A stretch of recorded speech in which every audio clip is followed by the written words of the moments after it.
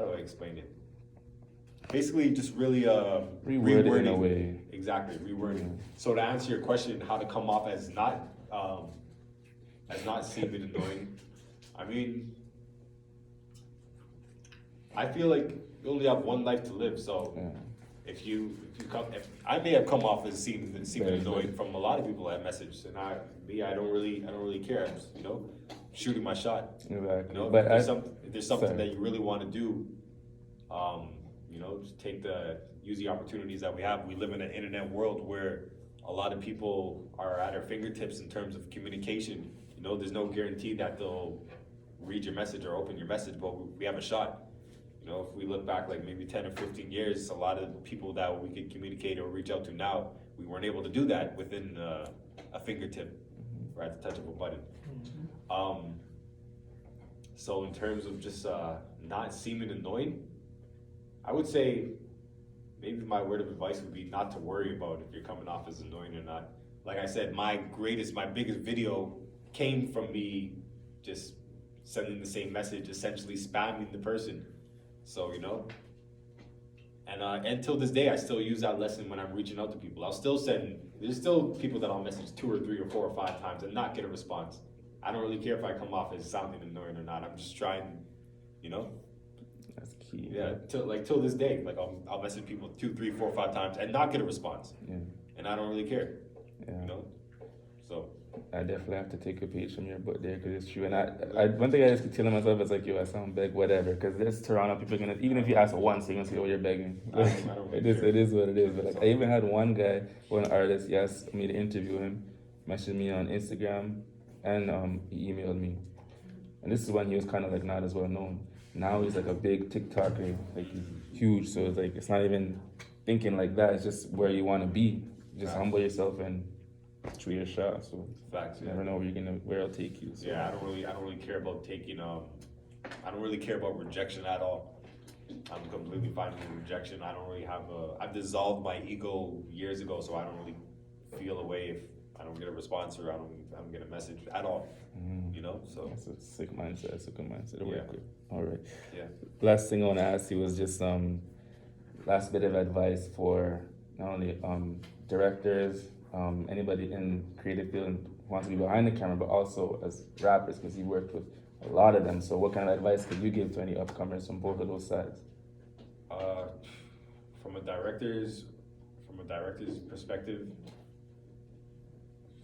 if you're to get into film the same way that I would say definitely expand your reach into what type of videos you want to shoot. I came up shooting a lot of hip hop videos.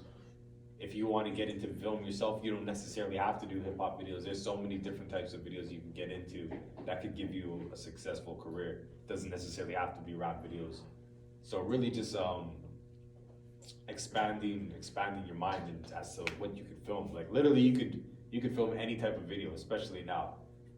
Film a video on animals, computers, any type of genre you could imagine, and you could make a good way with it. Really, so. But if hip hop videos and music videos is something that you really want to do, by all means, go do what you want to do. Do what you love to do. So to answer your question, I would say just being consistent and practice and really just study your craft. Like I've been making videos for about 10 years now. Until this day, I still try and study on a nightly basis, on a daily basis. There's still a lot that I want to learn. As much as I already know, there's still a lot that I want to study. So you really never stop learning. So to answer your question, really just always be willing to learn, be consistent, and be willing to learn, be consistent, and just really try and. Oh, another thing, I'd say try and find the directors or other directors that you look up to that you could study, because that's what I was doing coming up. I was like really studying very close music videos from some of my favorite directors. Okay. What's it called? Were you ever hesitant to pull up to the set? Because you're interviewing and you're not interviewing. You're shooting videos for Toronto rappers, and sometimes things might be sketchy. It's like there's a bunch of guys, and you're the only camera guy there. Was I ever like hesitant? Yeah. Yeah, oh yeah. You never know what can happen. For shooting interviews or shooting music videos in general. Music videos. Music videos in general. So, you know, like sometimes the point it goes at the cameras and you don't do it. Yeah, all types of craziness. So hesitant. I don't want to say hesitant. I was really just I guess my hunger for becoming a good director and for my hunger for putting in the work kind of overpowered nervousness and I guess a hesitant. Even when I was like going over there by myself, just me and my camera, you know, going to neighborhoods I've never been to, meeting up with people I've never met in my life. So yeah, sometimes I would be like not really, maybe I guess you could say nervous, but I never flopped on the shoot because I said no, I don't feel good about this, and really just going off of trust that the artist wants the same thing that I want, which is to make a good music video. So we'll make it happen however we gotta make it happen. So yeah, and just going with that theory is just like, yeah, I've never really had any issues. Yeah, like the thing is, especially if you're going into, like, if artists talk to you, they want to pay you, they want something done. 9 times out of 10, they're not coming to do anything because they want something from you. They want to work with you. They know you're talented. They want the music video, so they're not gonna make anything happen to you. More times than not, they're gonna take care of you to say, okay, whatever. You know, it's not gonna be like, oh, where's this guy from? Like you're booking the man. So they don't want anything to get in the way of that. They want the music video. It's the artists, hopefully they're serious, that want the video. So they're gonna make sure you're good, that you can do your job. So there's a couple stories that you probably heard of, like people like got involved or whatever. But I feel like it's one side of the story is not being told. Whatever, they might have did something or said something, whatever, not caused static. But if, like you said, you're not really involved in anything like that, and they want a music video from you, they're not just gonna come and say, "Oh, who's this guy that's rushing for his camera?" They put a deposit. I think. So yeah, you definitely want to incorporate deposits when you're doing film. Yeah. But yeah, like even like to further answer your question, like yeah, sometimes I felt nervous, but never to the point where it's like, yo, I don't feel like I'm gonna shoot this video. Like I guess like just my hunger, like I said a couple minutes ago, just my hunger to do the video and just to make some sick work for the client, overpowered however whatever emotions I was feeling going into uncharted territories. So and if I was ever nervous or hesitant, it would have only been like for the first few minutes going into the neighborhood before meeting up with artists. And then once you actually start setting up your scenes and getting a feel for where you are, you realize, okay, it's just like any other dozen of videos I've shot in the past. And a lot of my videos I've shot were like that, where I was just going to neighborhoods that I've never been to. So after a couple of years, I just got used to it. And then just like now, doing it now, it's just like any other video shoot. Exactly. Yeah.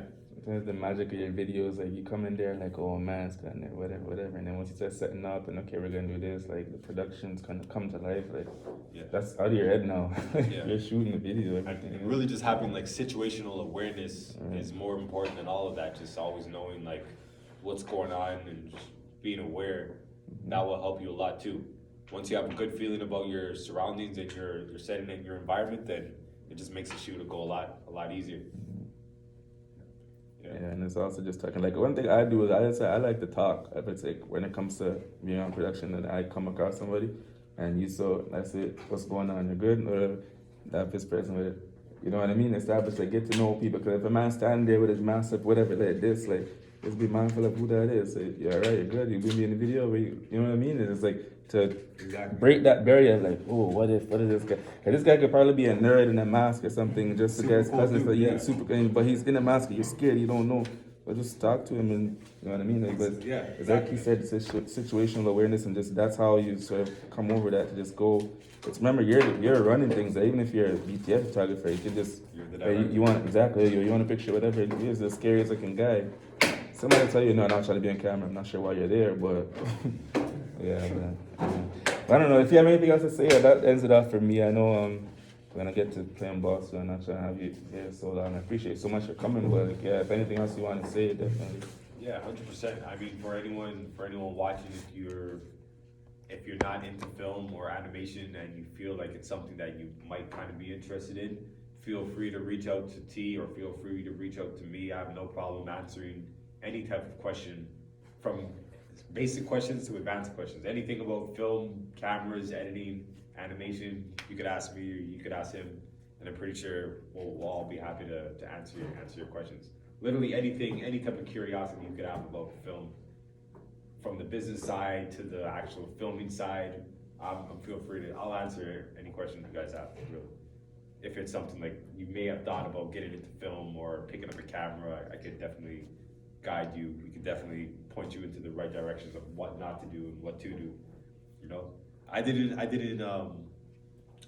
pick up film or videos until 2013.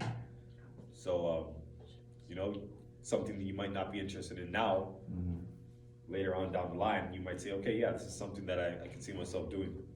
So yeah. Yeah. 2013, I was at high school. Wasn't not doing no camera stuff. Nope. Yeah. Anyways, yeah, thank you so much for coming. I appreciate it so much. Bro. Yeah. Anybody else have any more questions? Any more questions? Questions? No. This is no. How do you set the deposit? Deposit? Artists, 'cause Well, every artist is different, or every director is different, but a lot of the times people will just, when you're setting up a shoot date with the artist, you'll tell them, okay, I need a deposit of this amount before I can confirm the date. So basically, if they don't send the deposit, you're not going to, like if I'm working with an artist and they don't send the deposit, then they don't have me locked in for that date. So when the artist sends the deposit, it kind of gives them confirmation that it's like, okay, I have this video shoot confirmed and it's locked in. But if they don't send the deposit, it's like, okay, they can't guarantee that I'll be free that day. Yep, exactly. You know what I mean?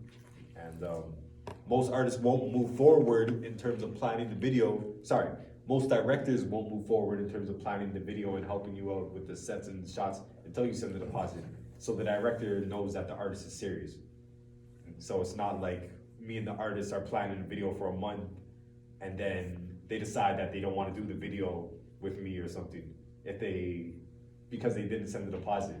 So it's like I'm kind of screwed because I wasted all my time setting up a video for someone or planning up the shots, and then they just went and did something else. But if they send the deposit, it's like, okay, I already know that they're locked in and we're going to actually make this happen. Yeah. Funny, cause yeah, that when I did my first, that's the one thing I kind of was more on iffy about, cause I wasn't so established. So there's certain things that I had to sort of break the rule a little bit and take a risk. So I even had one girl, she was like, oh yeah, I have the money here, I'm gonna send it to you. I'm like, okay, whatever. But I really wanted to get my name out there. I wanted to get experience shooting a music video, so I did it. And then she took it back and she was like, oh, I need some money to flash in the video. So can I have that? Yeah.